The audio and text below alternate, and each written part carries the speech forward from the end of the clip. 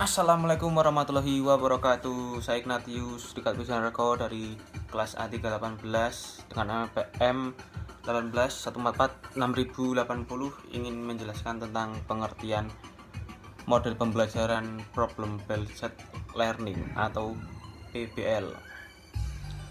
Menurut Kamdi, Problem Based Learning merupakan model kurikulum yang berhubungan dengan masalah dunia nyata siswa. Masalah yang diseleksi mempunyai dua karakteristik penting.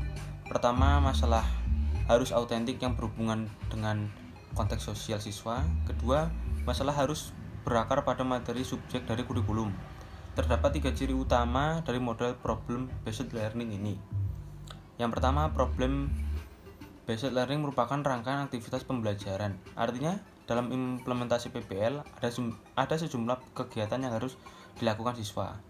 Siswa tidak hanya mendengar, mencatat, kemudian menghafal materi pembelajaran, tetapi melalui problem based learning, siswa menjadi aktif berpikir, berkomunikasi, mencari dan mengolah data, dan akhirnya membuat kesimpulan.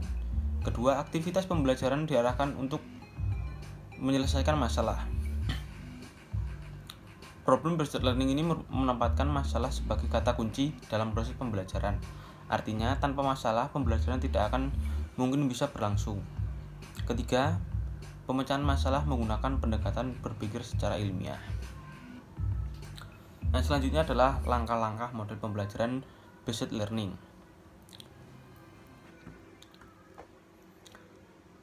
Agar penerapan model pembelajaran based learning bisa berjalan dengan lancar, maka paling tidak guru harus paham terlebih dahulu tentang langkah-langkah model pembelajarannya. Adapun ulasannya adalah sebagai berikut. Yang pertama, observasi terhadap masalah. Yang kedua, mengorganisir peserta didik untuk belajar. Yang ketiga, membimbing penyelidikan. Yang keempat, menyajikan dan mengembangkan hasil karya. Nomor 5, mengevaluasi serta menganalisis proses pemecahan masalah.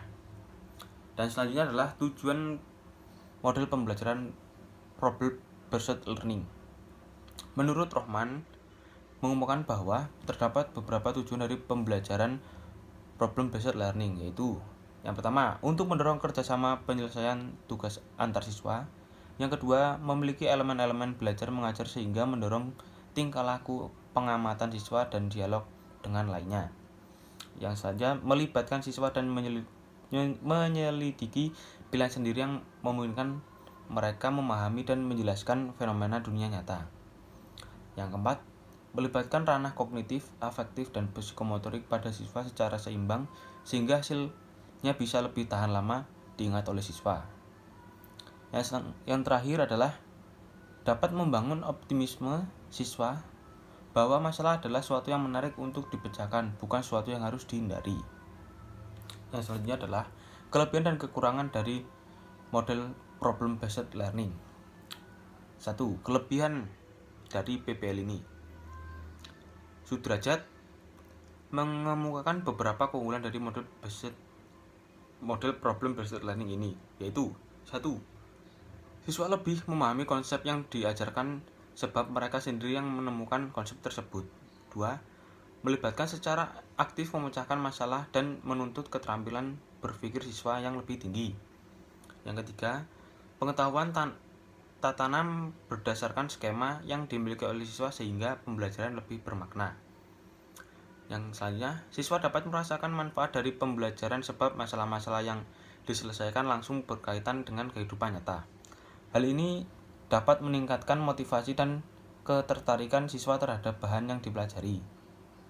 Nomor 5, menjadikan siswa lebih mandiri dan dewasa, mampu memberikan aspirasi dan menerima pendapat dari orang lain, menanamkan sikap sosial yang positif di antara siswa.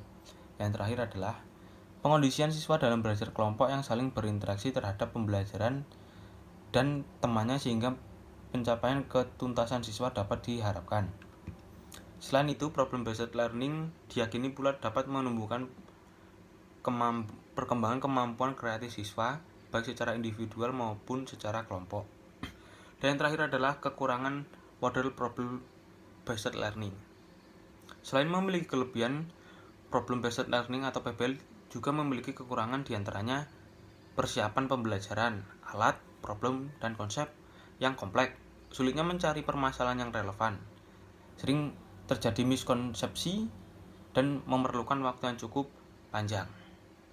Sekian adalah penjelasan dari model problem based learning dari saya. Jika ada kurang dan salahnya, saya mohon maaf. Wassalamualaikum warahmatullahi wabarakatuh.